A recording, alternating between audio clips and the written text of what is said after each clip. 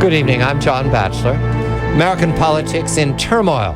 There is no politics whatsoever in Beijing. There's a military cult dominates the standing committee. That's Xi Jinping and his cronies.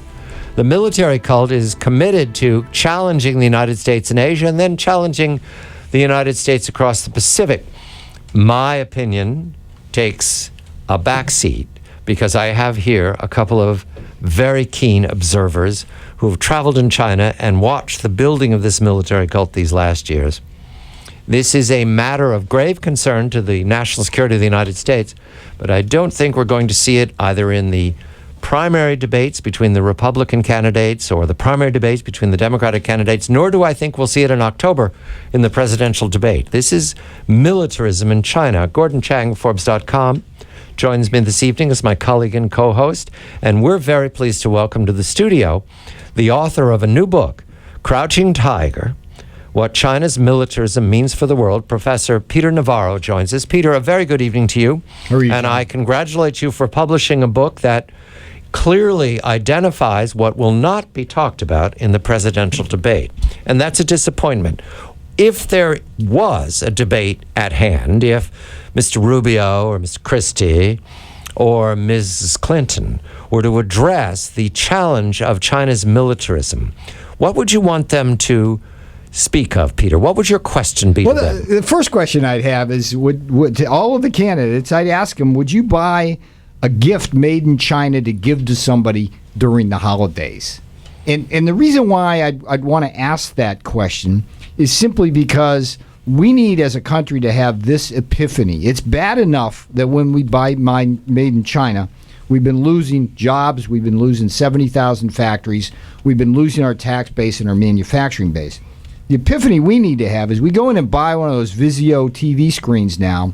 We essentially are helping to fund the most rapid buildup of a military since the 1930s. And it is the week, John, of the anniversary, the 74th anniversary of Pearl Harbor, the attack on Pearl Harbor, and the historical parallels between Imperial Japan and rising China.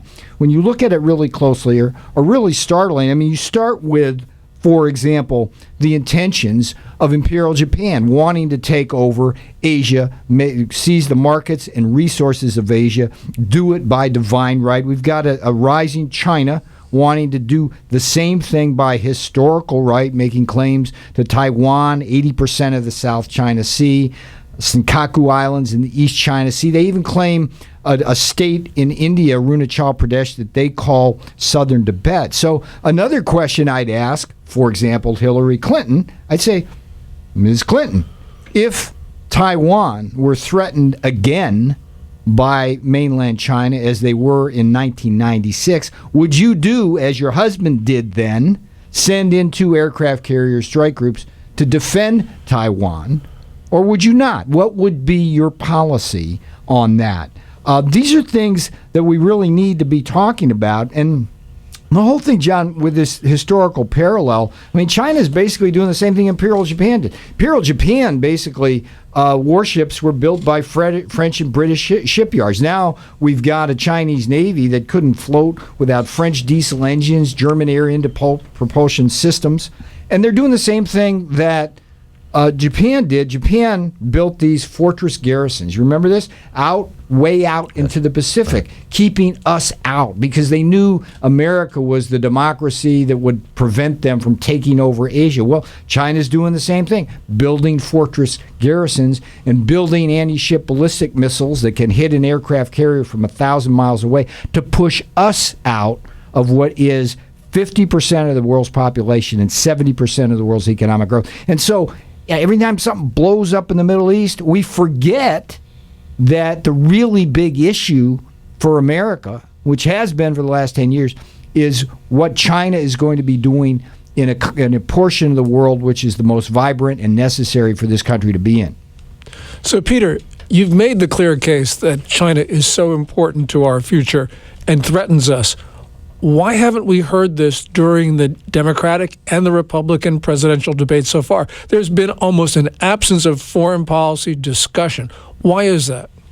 Well, first of all, I have to blame the moderators themselves for not asking these questions. I think it's just much more sexy to ask a bunch of wedge questions and gotcha questions.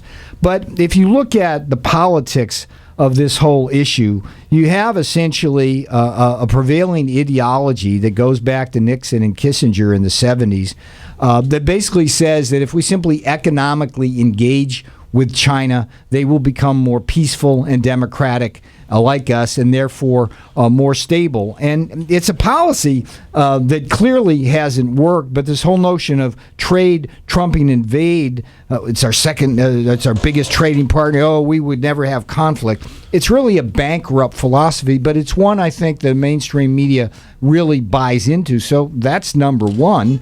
And number two, before we get, the 1970s, in the Nixon era, Carter era, were times of defeatism and pessimism in the United States. And there was a sense that the Soviet Union was going to last forever. But then Ronald Reagan came along and said, no, we are going to win the Cold War. And he changed the conversation. He changed American policy. He gave it a narrative. And guess what? The Soviet Union wasn't as strong as everyone said. Nixon and Kissinger and Carter were all wrong. No, I totally agree with that. And we need somebody today who is going to say, no, we don't have to coexist with these tyrants and despots.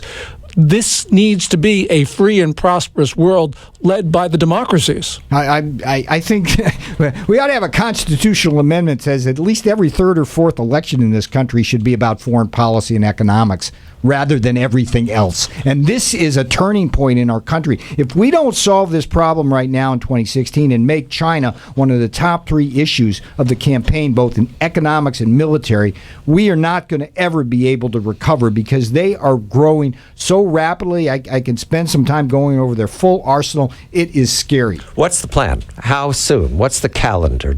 Are they looking for a shootout? That was what Imperial Japan was looking for. That was the vision.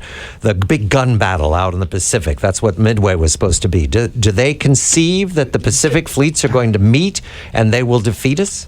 Let's do Sun Tzu, a 5th century philosopher. The biggest quote, most famous quote, the acme of skill is to win without fighting. Okay. The Chinese strategy right now is to build up such a big missile arsenal, a mine arsenal, a submarine arsenal, cyber and space warfare, and something that they call the three warfares, which is non-kinetic warfare through the use of psychological, legal, and media warfare, so that they basically grow so powerful that all we will do is pull a Rand Paul and withdraw back to Hawaii. That's one future, and it's right there for everybody to read. It's their Plan 2049, the 100th year anniversary of China Communist Party being settled in 1949 is the year that they want to have a global reach for their Navy and control Asia, and by implication have us out of there. It's all written down in Admiral Lu Wah-Ching's memos. Well, I think, Peter, that China's not going to make it to 2049.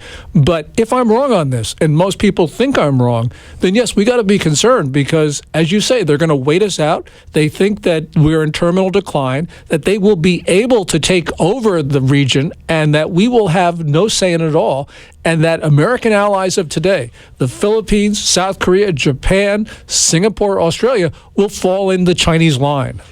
Quickly now, because I want to point to the specifics right now. In the Spratly Islands, we have a conflict of the Great Wall of Sand, and the U.S. has challenged that with one or two incidents right now. Is that in the Chinese playbook, that we will challenge, that they will counter-challenge, and that nothing bad will happen to them because they know we won't call their bluff? Is that the plan? Yes, and it's the Stalin thing where if you push steel in and it's soft, you continue. If you push steel in and you get something hard, you pull back. But they will be able eventually to outproduce us in terms of shipping. We're down from 600 ships in the Reagan years down to 200. Right. I mean, the pivot to Asia is a joke. Those fortress garrisons, John, this is what's interesting. You haven't read about this in the paper.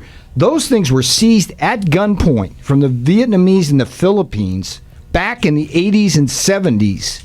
And that's when the U.S. needed to be attentive. Now all we're doing is like circling around and with warships like, oh, don't do that. But the aggression was ignored. Quickly now, Gentlemen, I'll ask you each. How long have we got? How long before ignoring this means that we've lost? This presidential election, if we don't get a leader that'll stand up to China, we are up the creek. Gordon? China's going to defeat itself. Gordon Chang, Forbes.com. Peter Navarro. The new book is Crouching Tiger, What China's Militarism Means for the World. I'll translate. A crouching tiger is very dangerous. I'm John Batchelor.